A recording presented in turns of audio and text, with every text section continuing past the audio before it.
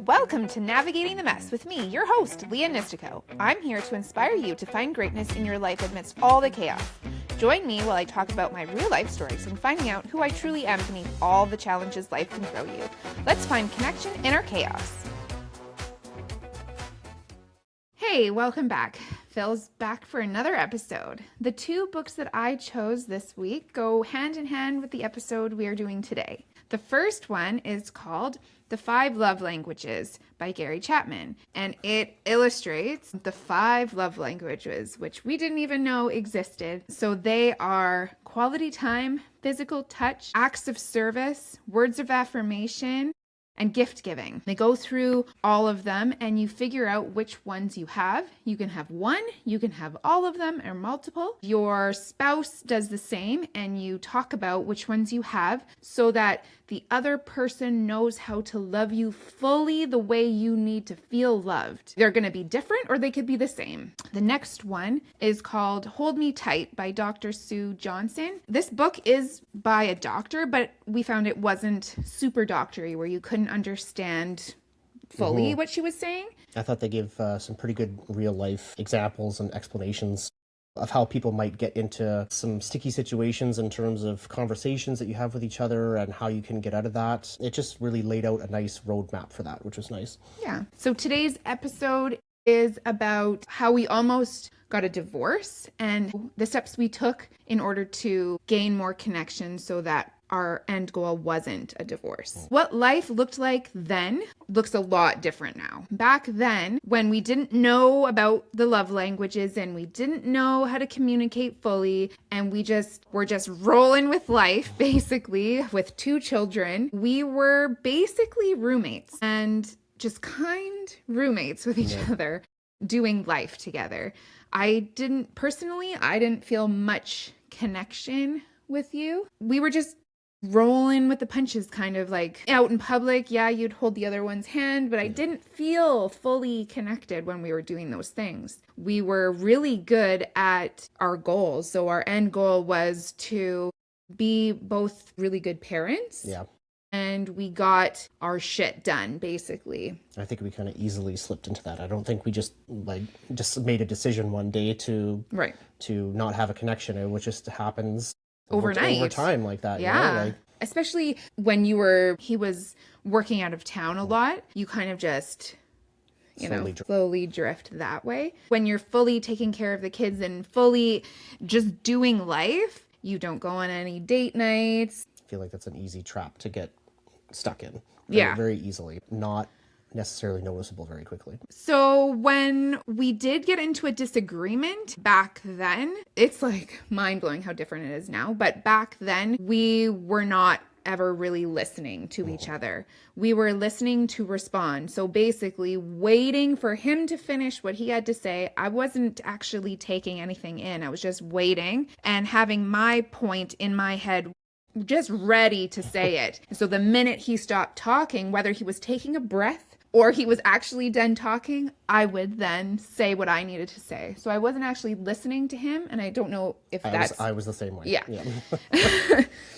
And we were interrupting each other. There was yelling. It was very not the greatest. It was very hurtful towards each other, toxic, but that's all we knew. Like, that's how I grew up. That's what my house looked like when my parents were arguing or in a disagreement. So that's what I did. Mm-hmm. And often I would leave or go for a drive or go for a walk, leave at the worst possible time. And then after that, we would just be really distant with each other, not talk. Sometimes if we did talk, sometimes we would not talk through the kids, but kind of like, can you give this to daddy?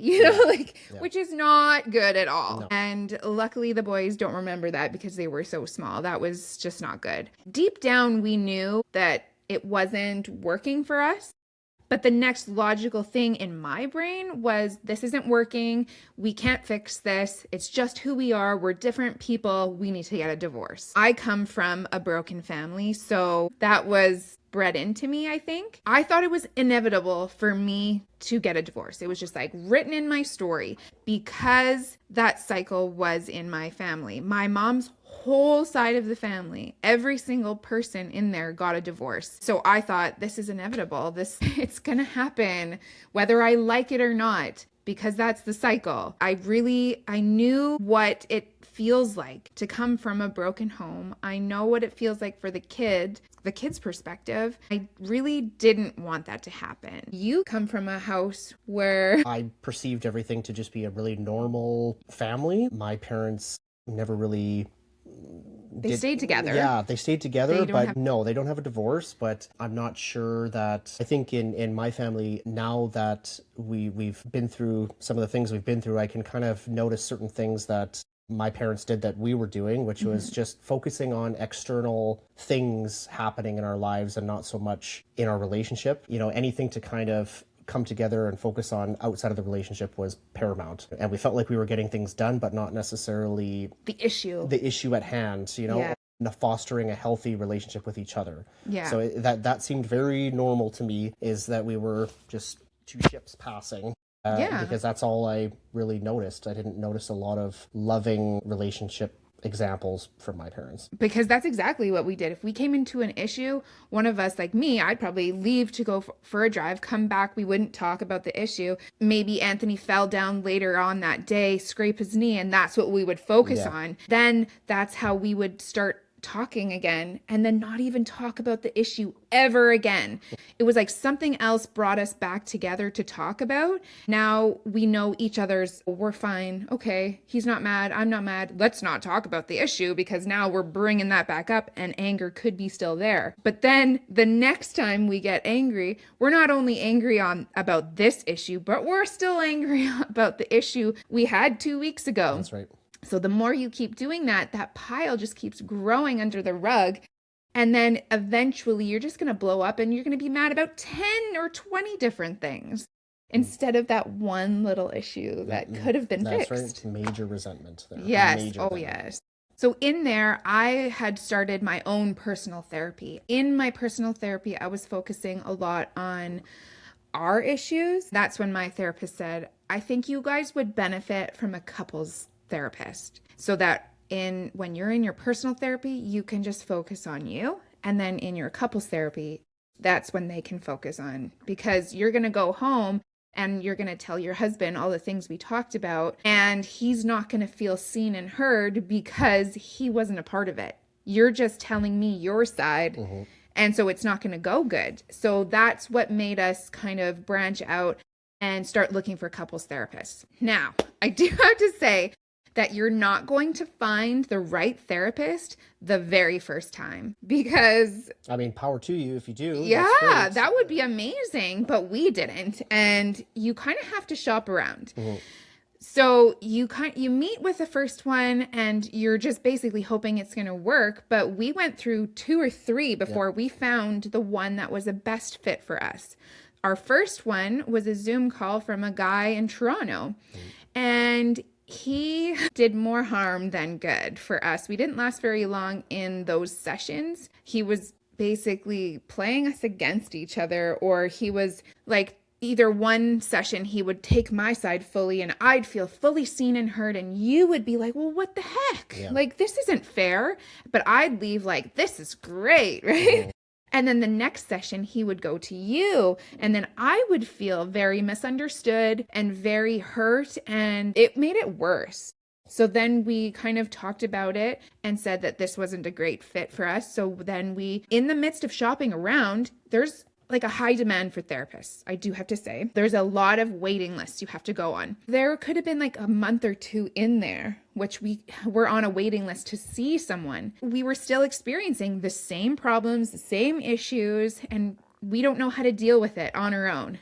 So in meeting with the second one, when I first made the appointment, it was a couple of months of wait. By the time we saw her, I was done. I was fully done. I knew, I made up my mind that I wanted to get a divorce. So in my mind, I was like, what's the point of having this Zoom call? I'm done. I'm out. I don't know where you were at that point of wanting to try still, or were you pretty much done too? I was very close to being like, it seemed almost like a futile effort at that point because we weren't talking. It was not a good place that I we were was in. sleeping in the basement for months and like it was not a good situation. So then when we had the Zoom call, I remember I was on my phone upstairs in our bedroom and you were in the living room on your phone Yep. doing the Zoom. Like we weren't even in the same room. We were on like all these different electronics Yep. and she was on her phone or whatever she was on. She started the session like open-minded and was Yep. like, okay, great. She looked at our faces and was like, oh my gosh, what's going on, kind of thing. I think I just said, I don't see a point in having a discussion or a therapy session at all because I'm pretty much done. I don't remember what you said. I think once you had said that, it kind of solidified that this is the direction we're going to go. So So what's the then point it of was this? literally, the session was 5 minutes, if that, because she said, oh, so you've already made up your mind? And I said, yes. And then she's like, okay, well, we're done here. That was And the end. that was the end of it. Instead of like, I don't know. I don't know if they're supposed to try to keep you guys together or if you've already made up your mind, then that was it, right? Mm-hmm. She ended the call and a part of me was like relieved that we didn't have to have that session because I knew it was going to be super hard. But then a part of me was like, are you just quitting? And you got to think about the big picture and it's not just about you. There's children involved. So after that, where I was done, but I was on the fence too at the same time, if that makes sense Yeah. at all. We kind of just were, I talked about getting a separation first Yep. to see if we could do it. But that would mean you would have to move out of the house or I would have to move out of the house. At that time, I didn't have family, but you still did. So you could have lived with your parents or I said I would live in the basement and you would have the upstairs. So we were trying to figure that out and how to do that all the while, like Trying to keep it together with the going kids to and work. I found that life was better when you were out of town because I didn't have to deal with the problems and I was more organized too because I just had to think about me and the boys. I thought if that's what my life is supposed to be, then that's what it is supposed to be. I don't know why or how we ended up finding our therapist now, but maybe we came back to talking about let's just try to coincide together on the same floor because this is very painful for not only me and you, but the kids are kind of confused. So I remember being at work on downtime and I was researching just therapists in Thunder Bay. One came up and I emailed her and she emailed me back saying that she has a 5-week waiting list and that she would get back to me in 5 weeks. I thought, okay, this is my last ditch effort. If this doesn't work, I'm calling it. We will go to check out some lawyers because I was already doing that at that point too. There was people at work that I was confiding in and they were giving me divorce lawyers, their numbers. I was talking to a lot of friends about it and you were talking to your family about it. Yep. Because I feel like if you're just really alone that you needed someone to talk to about this. But later on realized that the only people that you should be talking to about your marriage is each other and That's a right. therapist and not to involve everyone else because they're going to be biased. If I had a friend that didn't like you even a little bit, she would be telling me, oh, just leave him, right? And this is your life together. Figure it out together. We thought that nothing was working, but upon going to therapy, we figured out that it was a simple communication issue. Glad that we finally got in to see the therapist. We love her. She's amazing. She's been the best thing that's ever happened to us, I she's think. changed our lives. Yes. And we are forever grateful. Yeah. Yeah. So what we've learned from her is how to communicate properly. She gave us these titles of these books to read. She is the one who told us, oh, what's your love language? I had no idea what that was. And she gave us books to read. She taught us how to communicate properly by using feelings. Like, it makes me feel this way when you do this, instead of, I hate when you do that. Like, or you always do this or something. Yeah, that was a good one too, because I was stuck in always or never, black or white, which is unfair because how can someone always do this thing, right? Or never. So sometimes when you do this, it makes me feel this way. It's kind of a game changer. It is, especially when you use feelings involved. The person is more like, oh my gosh, I don't want you to feel how you're feeling. It, like if you say, it makes me feel unloved. That one's like, oh my gosh, my wife feels unloved by me. I don't ever want her to feel like that. So you're going to start listening more. Oh my gosh, I need to change something. It's a more gentler way of, because you're not really blaming either. No. You're just saying, when you do this one thing here. Like I can give a for instance. I remember when we were in conversations, how you would talk to me. It made me feel like I was a kid again and being belittled, but I wasn't being belittled. It's just how it made me feel. Like you were talking down to me, like you were my dad talking down to me. And so I would just be like, before I would say, I hate the way you talk to me all the time. And I just feel like a kid. And you're just like, I'm not doing that. I don't know what you're talking about. We would just get into this angry argument and nobody is understanding each other. But then when you go to therapy and you explain that, the therapist will put herself in, say, just my shoes and be like, oh, Leah, does it maybe feel like blah, blah, blah, blah, blah? And I'm like, holy cow, hit the nail right on the head. And then you're really? You're more understanding. I was blown away the first couple times she said that. I said, oh, well, you understand now? Is because she was able to properly communicate and hit the nail on my feelings, like hit the nail right on the head of exactly my feelings. I didn't know how to do that. So she taught us how to do that. Now we can do that. Now we are fully understanding each other and where each other is coming from. But also during therapy, we learned about each other so much more than I felt like I didn't even know you. There was certain sessions that we had where we learned more about the other person than potentially years of dating each other. Yes. Like deep-seated things that happened to you when you were kids, and like that. We were married for 2 or 3 years and we didn't even know each other. It felt like after, and then once therapy came in, and because we had to do a full session on what was it like in your childhood and what was it and then you are listening to your spouse talk about how it made him feel in his childhood by certain things, and you're crying. It gives you so much more compassion for the other person because you did not know any of that stuff or of any of the stuff he went through, and he didn't know of any of the stuff I went through, because you're not going to be openly talking about that and trauma dumping to your husband. It's just something that you like tucked away, or I tucked away and never wanted to bring up because it's so painful. You were crying in some... Lots.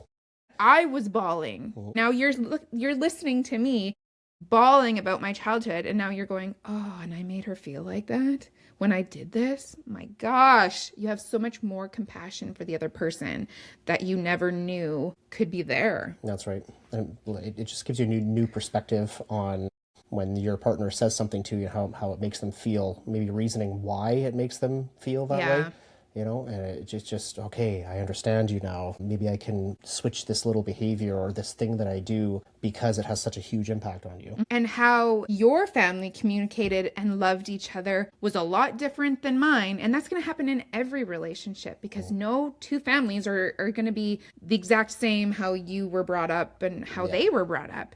So you only know what was modeled to you as a child. That's right. That's what you're going to bring into your relationship. So my experiences I brought in, you didn't understand them. Like, what the hell are you doing? And you brought in some of yours. We learned about coping strategies and what those are and how come we have them. So a coping strategy or a coping mechanism is when you are triggered or upset in the moment. There's some people who are anxiously attached, or anxiously avoidant, or just an avoidant. I'm anxiously attached, but also can be avoidant. Depends. It's very tricky. But if I notice he's pulling away because that's what an avoidant would do. If we get into an issue, you're going to pull away and it will trigger an abandonment wound in me, and I'm going to cling on tighter to him. And that will it'll trigger your wound, and you're going to pull even more away. So we were triggering each other all the time. I would become avoidant too and shut down, totally shut down, and not listen and be like a zombie, just staring into one, just listening to him belittle me or talk down to me, is how it made me feel. Because in childhood, if my stepdad did that to me, or my mom, I would literally just stare at the wall, just take it, wait till they're done and eat it, and then leave. I just would go into this other planet and act as if whatever they were saying would just bounce right off of me, but it didn't. You would take it in. I would just walk away as if it didn't register, but that's what I would do to you. There's no connection there at all. No. Just leave for hours or go wherever. You can kind of see how the coping mechanism can kind of fuel the fire back and forth and back and forth. If I get nervous or anxious and wanna run away and hide so I don't make things worse, that might trigger yours. So you might say something to bring you back. Say something maybe negative to bring me back and pull me back into the conversation. And now I get even more mad and start yelling. It's a vicious cycle. It is. And we didn't even know we were doing that either. That's right. So our therapist showed us this cycle. And she said, it sounds like you in this moment were anxiously attached and you are avoidant. So this is how your dance is. And this is what's going to go. So in order to stop this dance or this cycle, you need to know when your coping mechanism comes in. And to do the work is to recognize it, first of all, because we didn't even know that was a thing.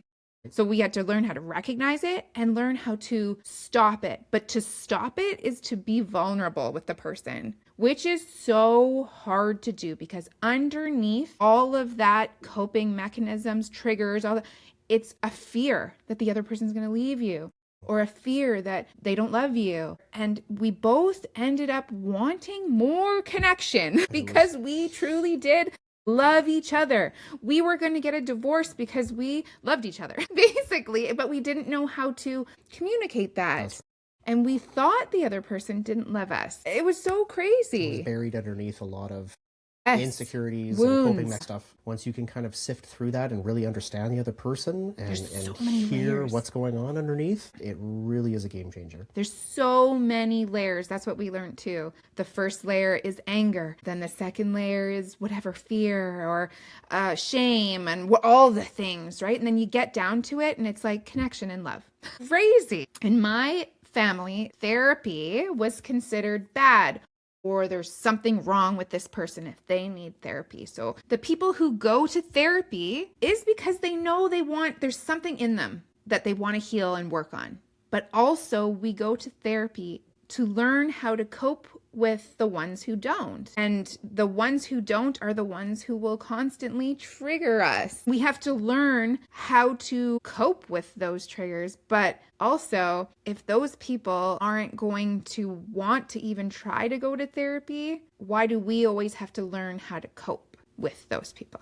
Right? So there's also like, yes, I'm going to go to therapy and I'm going to learn how to cope with that person because they don't want to. But the therapist will also say, you keep coming to therapy every session because this person is doing something to you and this person, but they're not hearing you. And are they willing to go to therapy? No. Okay. So now you have to, would you honestly want to come to therapy every single week to learn how to cope with that person? Or do you want to learn how to put in a boundary so that you can protect yourself? If they're not willing to do the work, then why do you need to go? You don't always have to be the one to fix yourself. You can also put in a boundary to be like, I'm going to start distancing myself from pain. This person brings on pain. Enough's enough. I shouldn't have to always be the one fixing me in every situation. Therapy isn't the only thing that's going to heal you guys. Therapy wasn't the only thing that was healing us. We also had to do the work because the therapist isn't always going to be available for you.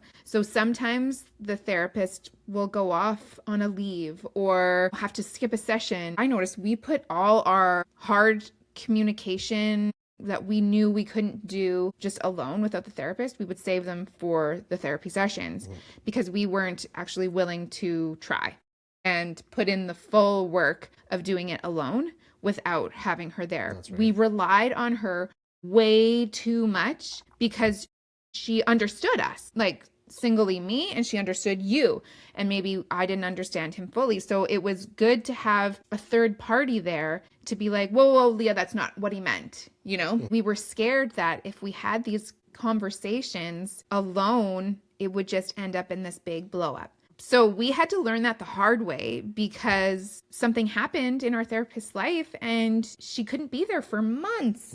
We were left alone, and we obviously, you're going to have to be forced to communicate with each other without a therapist there. We did get one eventually, but we tried to do it alone and it wasn't quite working. So what we did was you tried to cover up the issue by planning this really nice evening. If there's a nice evening, you're not going to fight because why would I fight if he planned a nice romantic evening at a hotel and go for supper? But for me, it was like you're just putting a band-aid over it. I remember it specifically. It was this weekend. I think the boys stayed at your parents' house and then we were alone, which scared me at this point. I was like, I didn't like to be alone with you because there were so many issues that we just didn't address. You said, oh, I planned a weekend. I got this hotel room. We're going to go out for supper. And I thought, oh, that's nice. But what are we going to talk about? Because I know there's all these issues that I'm not comfortable with. And so what? We're just going to make small talk and it's just going to be like, how was the weather? How was work? And then nothing. And now we're sitting in a hotel room or we're sitting at a restaurant and dinner table just going like, how's the bread? Butter's good. Like, you know? And so I don't even think we made it to dinner. I think we went to the hotel room. We got the room. We walked in and it was very nice. Then we hashed it out in the hotel room for hours. We were just arguing and arguing and arguing, skipped dinner, missed the reservation, arguing and going around in circles, yelling at each other. And then you left. Your dad picked you up and then you unloaded on your dad. Then obviously his view of me is going to be skewed. He, I think, asked you, right, if you guys were going to get a divorce. Yeah, it was very unclear at that time. It was not a healthy. No. The whole night was not healthy in any way. You went home, grabbed your things, left your wedding band in the bathroom, I think it was. He left. I'm like, well, I'm not going to stay in a hotel room by myself. That was the most toxic thing ever. It reminded me so much of my most toxic relationship I've ever had. So I went home. I left. I didn't even let the front desk know. I was so embarrassed. I left through like out a side door. I grabbed my things and I left the key in the room and I went home. Saw your ring in the bathroom and I bawled. And that's how I knew that we weren't done. We weren't done. I didn't want to be done. It was just a horrible night and to know that we had a lot of issues still that we needed to learn and heal from. So I ended up calling you and you were at your parents' house. And I think that was the most vulnerable I've ever been, I think. And I said, like, I did not want us to be finished. And then you started crying and said the same thing. Then you came home with the boys the next day and that we started trying to find a different therapist until ours came back, which helped a bit, but it wasn't the same. No, it was not. We really click with our therapist. Like, she's amazing. But that was just also like, you should really not involve anyone else. No, I mean, at the end of the day, good if things are good or bad with your partner, it's only you and your partner that are involved. Yeah. You know, nobody else has a front row seat in your relationship with your partner. No. So why are you informing them? Why are you telling them all the ins and outs of their relationship? We learned that if one of us was putting forth like 100% effort in all of our marriage and communicating properly and regulating our emotions when, when our coping mechanisms come in and we're really trying hard to stop it, but the other person isn't, it's not, oh my gosh, you're not on the same playing field anymore.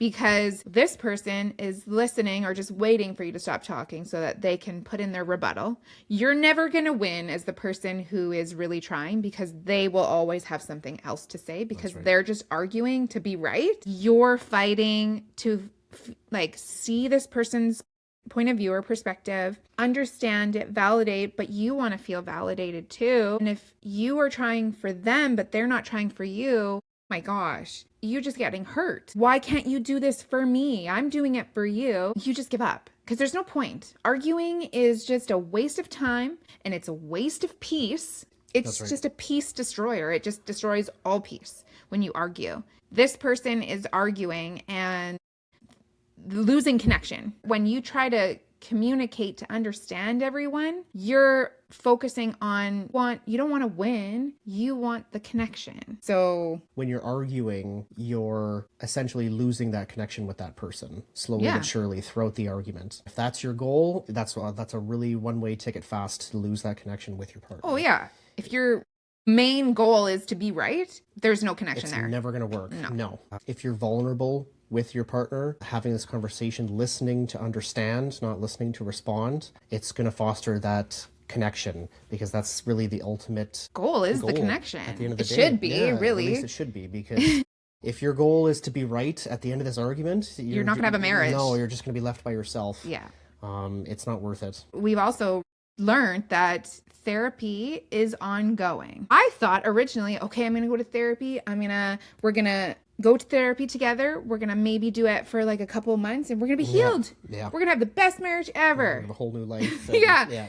It is ongoing. Yes, you can take breaks and you can take little pauses from therapy and practice what we've learned. Even if your therapist thinks like, okay, you guys have been good for such a long time. Do you want to spread them out? Do you want to take a break? That happens. We took a break. We paused for a whole summer, and it was great. But then we realized that we would get into these little arguments and we would need like general maintenance. Mm-hmm. So once a month or once every 3 months or whatever, right? We would do that. Whenever we would take a break or be really, really good for a long time and then come to therapy, our therapist would immediately look at our face and be like, oh, what happened? Something happened. Yeah, something happened. She can read us really good. I would be so hard on myself and our marriage because I thought we were so good for so long. And then all of a sudden it's like, we can't figure out this argument. We can't come to an agreement. I don't know what's wrong with us. Are we just destined to get a divorce? She's like, my goodness, don't put so much pressure on it. You know, it's just a misfire, she would call it. I love that because you have little misfires every now and then. It's not that your marriage is over and that you're always going to be compatible. Even the most compatible people will have arguments or misfires, and they have to learn to get through it. No.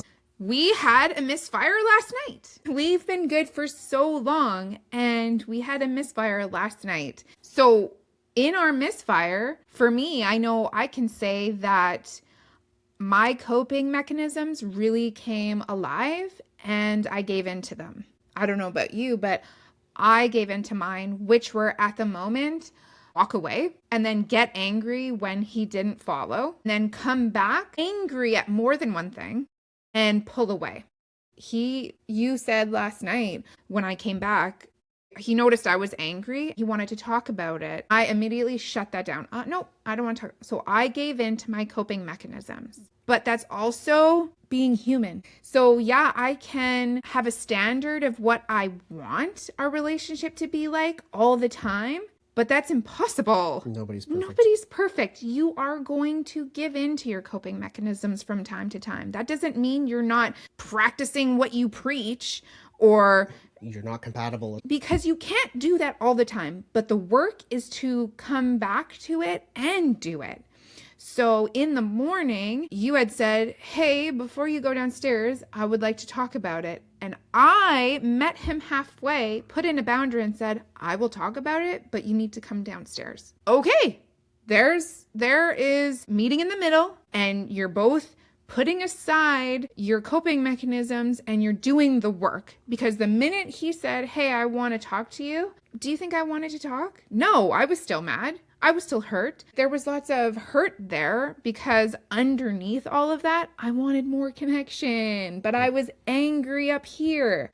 So we had to work through all the layers. And eventually, once we did talk about it and we became vulnerable in the moment, we figured out what the main reason was. Became very clear. Yeah, we worked it out. Just because you have an amazing marriage for 50 plus years doesn't mean you're not going to misfire in some areas, and doesn't mean you're not going to give into your coping mechanisms, because that's a learned behavior from childhood, because you don't want to be hurt. Because you give into them sometimes doesn't mean it's because nobody's perfect. You can't be perfect doing the work 100% of the time all the time. That's right. That is impossible. I think the only person that it can do that is a machine, is not a human. As long as you strive for consistency, just like anything else in life, lose weight or save money or, be better in your marriage, as long as you're consistently making an effort with your partner. You're trying eventually, whether it be 2 hours, 12 hours,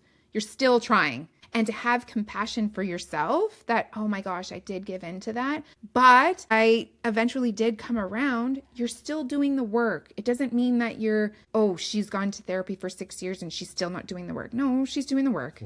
Just on her own time, and to have compassion for, you have all the time in the world to do it. You That's just right. have to come back to it. To sum up this entire episode, it's not just therapy that fixed us. It was books, but it was also us. Both of us working together and putting in the same amount of work. You're going to see long-term success. Thank you for joining me on Navigating the Mess. Hopefully some of this resonated with you.